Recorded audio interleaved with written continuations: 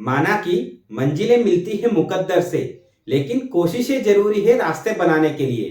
ठीक उसी तरह शेयर मार्केट में भी बिना कोशिश के कुछ नहीं मिलता। अगर आप कोशिश करेंगे, आपकी कोशिश ईमानदार होगी, तो आपको रिटर्न जरूर मिलेगा। और उसी कोशिश को हम और मजबूत बना देते हैं अपने नए वीडियोस के साथ। हमारा आज का वीडियो शेयर मार्केट एक मायाजाल या फिर एक मौका, आपको बिल्कुल ये आगे हेल्प करेगा कि शेयर मार्केट में हम काम करें या ना करें। अभी तक आपने मेरा चैनल सब्सक्राइब नहीं किया है तो चैनल सब्सक्राइब करना ना भूले।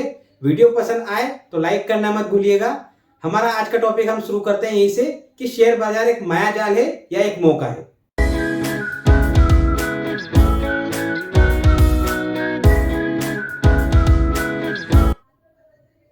शेयर मार्केट एक ऐसा कुआं है जो पूरे देश के पैसों की प्यास बुझा सकता है।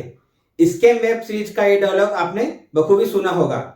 तो हम ये समझने की कोशिश करते हैं कि अगर शेयर मार्केट पूरे देश के पैसों की प्यास बुझा सकता है तो ऐसे क्या कारण है कि भारत में लोग शेयर मार्केट में ट्रेडिंग करने से, इन्वेस्टमेंट करने से डरते हैं। तो आइए समझते हैं कि ऐसा क्या कारण है।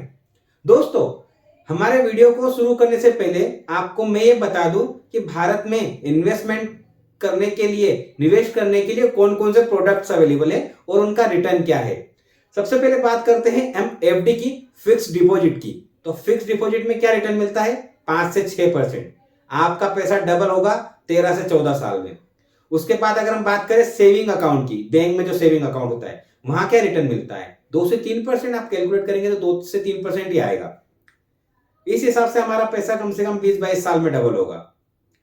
रियल एस्टेट, आजकल वहां तो नेगेटिव रिटर्न चल रहा है क्योंकि डिमांड्स आ नहीं रही है तो रिटर्न बन नहीं रहा है। और ऊपर से अगर पैसा लगाना है तो वो भी लमसम अमाउंट में, बहुत बड़ा अमाउंट लगेगा तब जाके आप रियल एस्टेट में इन्वेस्टमेंट कर पाओगे। गोल्ड, गोल्ड का रिटर्न है 8 से 9% का। 8 से 9% के रिटर्न के हिसाब से सोचोगे तो आने वाले 8-9 साल में आपका पैसा डबल होगा। अगर बात करें करंट अकाउंट की तो वहां रिटर्न मिलता है 0, मतलब आपका पैसा जितना है उतना ही रहेगा। और अगर हम बात करें शेयर मार्केट की तो शेयर मार्केट में आपका जो रिटर्न निकल के आ रहा है वो 22 से 25% तक का निकल के आ रहा है। मतलब 4 से 5 साल में आपका पैसा डबल होने के चांसेस रहते हैं। तो दोस्तों, शेयर मार्केट में इतना अच्छा रिटर्न आ रहा है, फिर भी हमारे देश में लोग शेयर मार्केट से डर रहे हैं, शेयर मार्केट में इन्वेस्टमेंट करने से डर रहे हैं। तो ऐसे क्या कारण है कि ये लोगों को रोक रहा है कि भैया मुझ में इन्वेस्ट मत करो? क्योंकि आप देखिए, हमारे यहाँ महंगाई का जो आलम है, हर साल महंगाई 8 से 9% की दर से बढ़ती चली जा रही है। अगर रिटेल में देखेंगे तो उसकी दर 10% की है।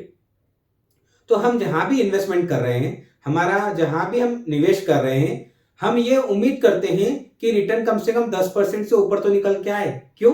क्योंकि महंगाई से अगर कंपेयर करेंगे तो एफडी हमें नुकसान ही देगी। रिटर्न कितना है? 5%, इन्फ्लेशन 10%, मतलब -5%। गोल्ड 8 से 9% का रिटर्न, इन्फ्लेशन 10% की, यहां भी -2%। अपना सेविंग अकाउंट की और करंट अकाउंट की तो बात ही मत करो। रियल एस्टेट का बता ही दिया मैंने आपको कि नेगेटिव रिटर्न्स, और अगर रिटर्न है भी तो लमसम अमाउंट, हर कोई वहां इन्वेस्ट नहीं कर सकता है। अब बात करते हैं कि शेयर मार्केट में रिटर्न इतना अच्छा मिल रहा है तो उसके बावजूद भी हमारे देश में टोटल पॉपुलेशन का केवल 3.5 से 4% लोग शेयर मार्केट में ट्रेडिंग या फिर इन्वेस्टमेंट करते हैं। जबकि हम यूएसए की बात करें, अमेरिका की बात करें तो वहां 55% लोग शेयर मार्केट में ट्रेडिंग या फिर इन्वेस्टमेंट करते हैं। तो ऐसा क्या है जो हमारे देश के लोगों को शेयर मार्केट में ट्रेडिंग या फिर इन्वेस्टमेंट करने से रोक रहा है? ऐसा कौन सा डर उनके दिमाग में बैठ गया है कि वो उस डर से उभर ही नहीं पा रहे हैं और शेयर मार्केट में जाने को बिल्कुल तैयार नहीं है? तो कुछ पॉइंट्स है, उन पॉइंट्स पे हम बात करते हैं कि ऐसा क्यों है। तो दोस्तों, जो सबसे पहला मेंटालिटी है लोगों की हमारे यहाँ पर, वो है केवल सेविंग करने की। जबकि यूएसए में मेंटालिटी क्या है? उस सेविंग से रिटर्न जनरेट करने के लिए उसको इन्वेस्ट करने की। हम लोग डरते हैं पैसा कहीं अच्छी जगह रिटर्न निकालने की कोशिश करने में। हम ये सोचते हैं कि हमारा पैसा घटना नहीं चाहिए और उस चक्कर में ऐसी जगह हम निवेश कर देते हैं जहां से रिटर्न आता है बिल्कुल 0। एफडी मैंने आपको बताया कि इन्फ्लेशन 10% है और एफडी का रिटर्न है 5%, मतलब नुकसान ही है। आज आप पैसा आप एफडी में लगाओगे, 10 साल बाद इन्फ्लेशन तो डबल हो गया, भाव डबल हो गया, लेकिन आपका पैसा कितना बढ़ा है 5% के रेट से, और आपका इन्फ्लेशन 10% के रेट से, तो नुकसान ही हुआ ना। तो हमारे यहाँ पे जो सोचने का तरीका है वो बिल्कुल भी स्मार्ट नहीं है, और यूएस के लोगों की थिंकिंग स्मार्ट है। हमारे यहाँ लोगों ने स्मार्टफोन यूज करना तो सीख लिया, लेकिन इन्वेस्टमेंट में स्मार्ट आज भी नहीं बने। तो ये मेन कारण है शेयर मार्केट में जाने का, वहां उनको उनका डर रोकता है। अगला कारण बात करें हम, तो लोगों में जानकारी का अभाव होना। हमारे यहाँ पर फाइनेंशियल एजुकेशन की बात करें, फाइनेंशियल लिटरेसी की बात करें, तो बिल्कुल नील है। लोग जानते ही नहीं है कि मार्केट में किस जगह पे इन्वेस्टमेंट करना है, कौन सा शेयर लेना है, और कब उसको निकालना है, कब प्रॉफिट बुक करना है। क्या कर रहे हैं लोग, जो ट्रेडिंग कर भी रहे हैं तो केवल रिकमेंडेशन का रास्ता देख रहे हैं कि कहीं से भी रिकमेंडेशन मिल जाए, कहीं से उनको टिप मिल जाए, कहीं से कोई जानकारी मिल जाए तो उसमें कर ले। लेकिन अफवाहों से भरे बाजार में कोई भी जानकारी सटीक नहीं होती, कोई भी टिप सटीक नहीं होती। दोस्तों, आपको टिप चाहिए तो वेटर बनना पड़ेगा, ट्रेडर नहीं। तो सारे लोग लगे हुए हैं कि एक अगर बंदा कहीं चल रहा है तो उसके पीछे चलते रहो, भेड़ चाल में, टिप मिल जाए, टिप मिल जाए, टिप मिल जाए। लेकिन टिप लेने के लिए वेटर बनना पड़ेगा, ट्रेडर नहीं। तो दोस्तों, ये तो हो गया जानकारी के अभाव का एक कारण। जानकारी नहीं जुटाओगे तो शेयर मार्केट में पैसा लुटाओगे, पैसा रिटर्न में तब्दील नहीं होगा। आपको जानकारी रखनी पड़ेगी जो भी इन्वेस्टमेंट आप कर रहे हो उसके बारे में। अगला कारण हो गया, हमारे यहाँ के लोग रिस्क लेने में डरते हैं। लोगों में रिस्क एपेटाइट की बहुत कमी है भाइयों। रिस्क रोड पे चलने में भी है। रिस्क नहीं लोगे तो काम कैसे होगा। शेयर मार्केट में आपको कैलकुलेटेड रिस्क लेना पड़ेगा। और वही स्कैम फिल्म का डायलॉग वापस कि रिस्क है तो इश्क है, और रिस्क से इश्क करना पड़ेगा वरना रिटर्न नहीं मिलेगा। और वहीं हमारे यहाँ के लोग डरते हैं रिस्क लेने से। आप रिस्क लीजिए, कैलकुलेशन लगा के रिस्क लीजिए, आपको रिटर्न जरूर मिलेगा। आगे बात करें, जो अगला पॉइंट है हमारे यहाँ मार्केट में, लोग इमोशन लेके चलते हैं। इमोशंस इतने हाई होते हैं कि ट्रेडिंग में हर जगह इमोशन लेके आ जाते हैं। अंग्रेजी में कहावत है, when your emotions are high your intelligence is low. मतलब जितना आप में इमोशन बहुत ज्यादा होंगे, आपकी समझदारी कम होती चली जाएगी, आपकी सोचने समझने की ताकत कम होती जाएगी। लेकिन हमारे यहाँ के लोग ट्रेडिंग जब भी करेंगे उसमें इमोशन लगा देंगे। ट्रेड लेते ही थोड़ा बहुत फ्लक्चुएशन आई नहीं, उनका दिल की धड़कन ऊपर नीचे होने लगती है कि ये थोड़े से प्रॉफिट में निकाल दूं, थोड़े से लॉस में काट दूं, क्योंकि कैलकुलेशन कुछ किया ही नहीं कि इसका टारगेट क्या आएगा, स्टॉप लॉस क्या आएगा, बस इमोशन लगा दी और ट्रेडिंग करने लग गए। तो सबसे बड़ा कारण है लॉस का इमोशन होना हमारे ट्रेडिंग में। और लॉस हुआ तो बंदे ने ट्रेडिंग बंद कर दी, इन्वेस्टमेंट बंद कर दिया। तो ये 4 से 5 कारण हो गए जो हमारे यहाँ पर लोगों को इन्वेस्टमेंट करने से रोकते हैं। जबकि अमेरिका की बात करें तो वहां पे ट्रेडिंग भी स्मार्ट हो रही है और चीजें भी स्मार्ट हो रही है, रिटर्न भी स्मार्ट मिल रहा है। अब इन सभी कारणों से हमको उबरना होगा, इनका रास्ता निकालना होगा कि हम इससे कैसे सुलझें और रिटर्न में हमारे जो लॉस को कैसे तब्दील करें।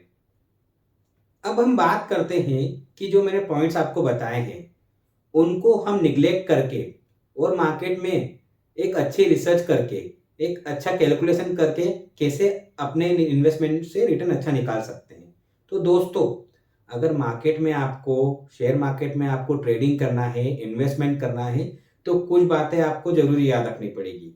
वो क्या, कि आप जब भी इन्वेस्टमेंट या ट्रेडिंग कर रहे हैं तो रिकमेंडेशन के या टिप के भरोसे ना रहें, क्योंकि टिप तो वेटर को मिलती है और हम तो ट्रेडर है ना, इन्वेस्टर है ना। तो हमको इन्वेस्टर जैसा सोचना पड़ेगा कि अगर मैं किसी भी चीज का बिजनेस कर रहा हूं तो उस बिजनेस से प्रॉफिट कहां से निकालूंगा। आप शेयर मार्केट को स्पेकुलेशन या सट्टी की तरह क्यों ले रहे हैं, आप उसको बिजनेस के तौर पे लिए ना। बिजनेस अगर कोई भी करने जाते हैं तो क्या करते हैं, प्रॉपर रिसर्च करते हैं ना कि किस चीज की डिमांड है, कहाँ से खरीदेंगे, कहाँ बेचेंगे, कितना मुनाफा, कितनी कॉस्ट, सब कैलकुलेट करते हैं ना। तो शेयर मार्केट में क्यों नहीं करते हैं? शेयर मार्केट में भी तो भैया आप बिजनेस जैसा काम कीजिए, भी तो बिजनेस है। ट्रेडिंग भी एक बिजनेस ही है ना, क्योंकि प्रॉफिट जहां निकलता है वो बिजनेस है। और बिजनेस को करने के लिए सारी कैलकुलेशन लगानी पड़ेगी। तो शेयर मार्केट में अगर हम किसी कंपनी का शेयर खरीद रहे हैं तो उस शेयर को खरीदने के पहले ये क्यों नहीं सोचते हैं कि अभी क्या शेयर को लेना सही रहेगा, ये कंपनी का शेयर क्या प्रॉफिट देके जाएगा। अगर ये चीज हमको निकालनी है कि ये शेयर हमको प्रॉफिट देके जाएगा कि नहीं, नुकसान देख के तो नहीं जाएगा, तो उसके लिए आपको पहले रिसर्च करनी रहेगी। शेयर मार्केट में अगर इन्वेस्टमेंट करना है और जो मैंने आपको बताया है इन चीजों से बच के निकलना है, तो आपको एनालिसिस करना होगा कि मैं कहाँ इन्वेस्टमेंट करूं, कहाँ मैं अपना पैसा लगाऊं। और शेयर मार्केट में अगर आपको एनालिसिस करना है तो उसके दो तरीके होते हैं, तो फंडामेंटल एनालिसिस और दूसरा होता है टेक्निकल एनालिसिस। फंडामेंटल एनालिसिस का मतलब है कि आप पूरी इकोनॉमी को जाने, इकोनॉमी अप ट्रेंड है, आपकी कंट्री की इकोनॉमी वो अप ट्रेंड में है, आप जिस कंपनी में पैसा लगा रहे हैं उस कंपनी का मैनेजमेंट के बारे में जानकारी निकालें, उसके प्रोडक्ट के बारे में जानकारी निकालें, उसके फ्यूचर प्रोस्पेक्टस क्या रहेंगे, भविष्य क्या रहेगा कंपनी का, उसके बारे में जानकारी निकालें। तो ये सारा होता है फंडामेंटल। आप जिस भी कंपनी में इन्वेस्टमेंट करना जा रहे हैं कम से कम वो कंपनी 10-11 साल पुरानी हो, ताकि उसने पूरा एक बिजनेस साइकिल देख लिया हो, सारे अप एंड डाउन देख लिए हो, तो ही वो कंपनी आपको रिटर्न दे पाएगी। अगर उदाहरण देखोगे आप तो आइसर, ब्रिटानिया, एचडीएफसी बैंक, इन कंपनियों ने 20-25% से ज्यादा रिटर्न दिए हैं। आइसर ने तो 50% तक के रिटर्न दिए हैं और अच्छा प्रॉफिट दिया है अपने इन्वेस्टर लोगों को। तो दोस्तों आप अगर प्रॉपर फंडामेंटल एनालिसिस करोगे तो आपको रिटर्न मिलेगा ही। जब भी आप इन्वेस्टमेंट करें तो ऐसी कंपनी में करें जिसका हमारी जीडीपी ग्रोथ की तुलना में डबल रिटर्न निकल के आ रहा हो सालाना। जीडीपी मतलब ग्रोस डोमेस्टिक प्रोडक्ट, मतलब पूरे देश की इनकम, मतलब पूरे देश में बेचा गया हुआ कुल माल की वैल्यू, मतलब हमारी कंट्री की पूरी सेल्स, ये होती है जीडीपी। तो जब भी आप किसी कंपनी में इन्वेस्टमेंट करें तो ये देख लें कि उसका जो रिटर्न आया है पिछले सालों में हमारे जीडीपी से डबल हो, ताकि अगर हमारी जीडीपी 5% से बढ़ रही है तो हमारा शेयर 10% से बढ़ रहा हो, तो वो शेयर आपको रिटर्न निश्चित ही देगा। और जो दूसरा मैंने आपको बताया एनालिसिस करने का तरीका, वो होता है टेक्निकल एनालिसिस। टेक्निकल एनालिसिस मतलब हमारे शेयर की प्राइस जो भूतकाल में रही है, पास में रही है, उसका एनालिसिस करना कि कब डाउन होता है, कब होता है, ये आपको टेक्निकल में मिलेगा। तो आप इन दो तरीकों को यूज करके शेयर मार्केट में टिप्स से बच के, रिकमेंडेशन से बच के अच्छा रिटर्न निकाल सकते हो। और अच्छा रिटर्न निकल के आएगा ही अगर आप प्रॉपर डेटा का एनालिसिस कर रहे हो। आपके पास डेटा है तो आप रिटर्न निकालने में कामयाब होंगे ही। एक बेटा झूठ बोल सकता है लेकिन डेटा कभी झूठ नहीं बोलता। डेटा आपको प्रॉपर जानकारी देगा, आपको प्रॉपर इंफॉर्मेशन देगा और आपको रिटर्न निकाल के देगा। तो प्रॉपर डेटा इकट्ठा कीजिए इन्वेस्टमेंट करने के पहले, तो आपको रिटर्न निकल कर ही आएगा। तो दोस्तों ये तो पूरी जानकारी थी कि हमारे देश में क्यों लोग इतना डरते हैं इन्वेस्टमेंट से और उससे हम कैसे बच के निकल सकते हैं। और जैसा मैंने आपको बताया कि पूरा एनालिसिस करना रहता है, फंडामेंटल हो या टेक्निकल, तभी आप इन्वेस्टमेंट के लिए रेडी रहते हैं। तो ये चीजें आप इतना दिमाग पे लोड मत लीजिए कि कैसे सीखेंगे, ये सिखाने के लिए मैं हूं आपके लिए। आपको हर छोटी से छोटी, बड़ी से बड़ी जानकारी मैं प्रोवाइड करूंगा ताकि आप अपने इन्वेस्टमेंट के रास्ते पे आसानी से चल सके, आप अच्छे से रिटर्न निकाल सके। बस आपको जरूरत है समझने की। दोस्तों एक चीज और कहना चाहूंगा कि मैं आपको जो गाइडेंस दे रहा हूं, जो जानकारी दे रहा हूं, वो बिल्कुल फ्री ऑफ कॉस्ट है। तो आप फिर भी उससे लेने से अगर चूकेंगे तो इसमें दिक्कत आप लोगों के साथ है। क्यों? क्योंकि क्या होता है, हम लोग जानकारी के लिए कहीं कोचिंग लेते हैं, कहीं क्लासेस लेते हैं, वहां पैसा देना मंजूर है हम लोगों को, लेकिन कोई फ्री में कुछ भी दे रहा है तो वो नहीं चाहिए। तो दोस्तों खर्चा वहां कीजिए जहां जरूरत लगे। जानकारी आपको मैं दे रहा हूं, आपको अगर कोई कंफ्यूजन है तो कमेंट में बता सकते हैं। तो ये पूरा आपको समझना पड़ेगा कि मार्केट में अगर रिटर्न निकालना है तो मेरे पास प्रॉपर जानकारी हो। मुझसे नहीं लीजिए, किसी और से लीजिए, लेकिन जरूर लीजिए। इसी के साथ मैं अपनी वाणी को विराम देता हूं। आपको वीडियो पसंद आए तो आप लाइक कीजिएगा।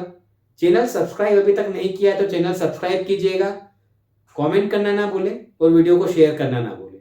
तब तक मुझे आज्ञा दीजिए। धन्यवाद। Thank you. जय हिंद।